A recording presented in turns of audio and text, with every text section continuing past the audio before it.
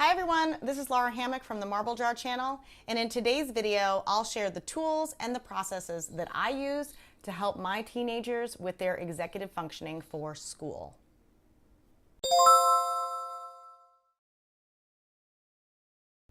If you are watching this video, you probably have a kid with ADHD or executive functioning issues.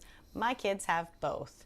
Executive functioning refers to the ability to plan ahead, remember assignments, organize, manage time, and get things done. As you already know, there's a narrow line that we walk as parents. Do we help our children, or do we allow them to fail and learn their lesson the hard way? So I'm sure you've run into a couple of well-meaning but slightly clueless folks who will say, they will never learn if you don't let them fail. Well, that may be true of a kid who doesn't suffer from ADHD or executive functioning problems, but for kids who do, A, they have probably been receiving negative feedback their whole school career, and B, failure is inevitable in most cases since they don't have the built-in tools to succeed in a school environment. What that creates is a damaging feedback loop, which can cause a self-esteem crisis and lead them to stop trying altogether. So this let them fail theory looks something like this. Your teen fails 3 classes in the first quarter of school, which you find out about when report cards come out. He then learns from his mistakes, realizes he has to make some changes, course corrects using his internal executive functioning skills, and goes on to make A's the remainder of the year. So if this rings false for your kid, you are not alone. Under that scenario, my kid would get 3 F's the first quarter of school, feel like a giant failure, not know how to course correct due to his lack of executive functioning skills, bury his head in the sand, continue to fail classes, and have to repeat the grade. So professionals generally will tell you not to let ADHD kids fail completely for those reasons. So I subscribe to a small failure, big net theory. So here's what that looks like. I allow for a certain amount of independence, so we start off the same way, with 3 F's halfway through the first quarter. I am vigilantly watching his grades through the parent portal, so I notice what's going on. Before he hits rock bottom, I supply him with some tools and processes, let's call it external executive functioning, so that he can stay above the full failure line. Then rinse, wash, and repeat. So this is why it is called small failure, big net. He fails, but not fully, and I provide the safety net and the tools to make sure the bottom doesn't fall out entirely. So what I have found is that he is really only open to accepting help from me when he reaches these small failure areas. So these are the points at which I can introduce new tools and processes. Otherwise, he feels like he's doing fine, he doesn't need any help, and sometimes he is. My hope is that by giving him these external tools and processes, he will begin to build the techniques and habits that most other folks have internally from the get-go. And over time, there will be fewer small failures to recover from. It does take some work on my part, but not a staggering amount. So let's talk about the tools and processes that I use. Daily planner.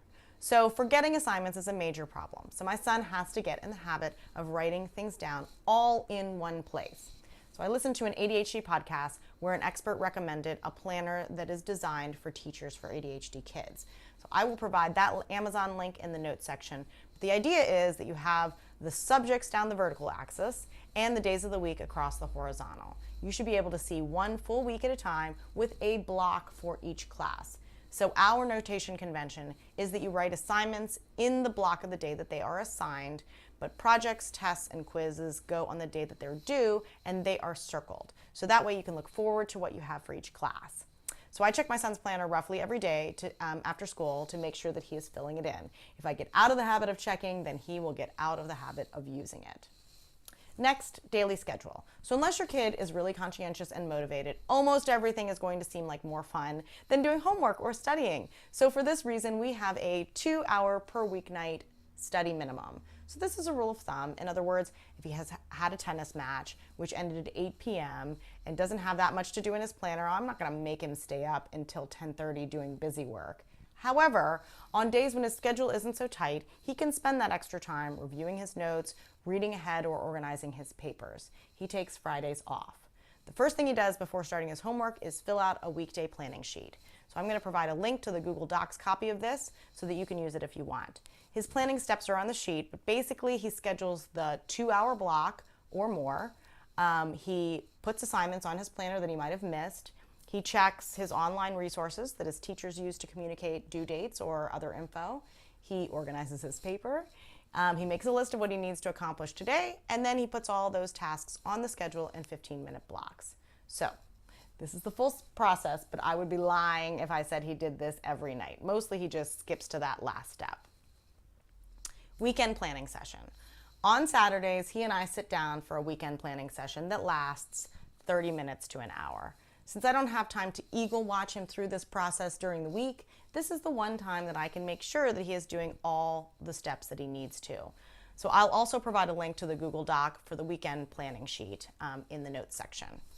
First, he organizes all of his papers that are loose from the week. We have a hanging folder in his closet that he uses to offload papers if his notebook is getting too bulky. Next, he and I open his planner and we transfer anything that he has in his head to the planner. The chemistry test next week, Spanish group project due in 2 weeks.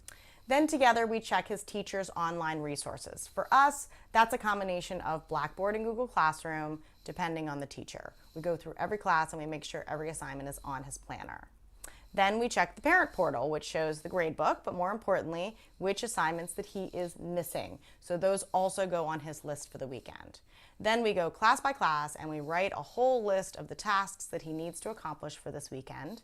Next, he estimates how long each will take, and he adds them together to determine how long he's going to spend studying during this weekend. The rule of thumb on the weekends is at least 4 hours. Sometimes he does it all in one day. Sometimes it's split between the two.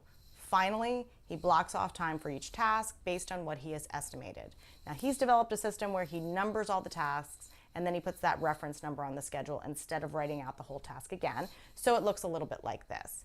He's very good about putting in breaks for himself, which is good. He needs breaks. He also makes time for something he calls memorizing, which involves memorizing terms or dates or vocab while he's shooting baskets. So some kids do this whole process naturally. I don't have one of those kids. What I hope is that through repetition, he will build the habits that he needs to fly on his own when I'm not around to be his safety net. He will have the tools, the process, and hopefully the practice by then. Let me know what you think. Comments are always appreciated, and thanks for watching.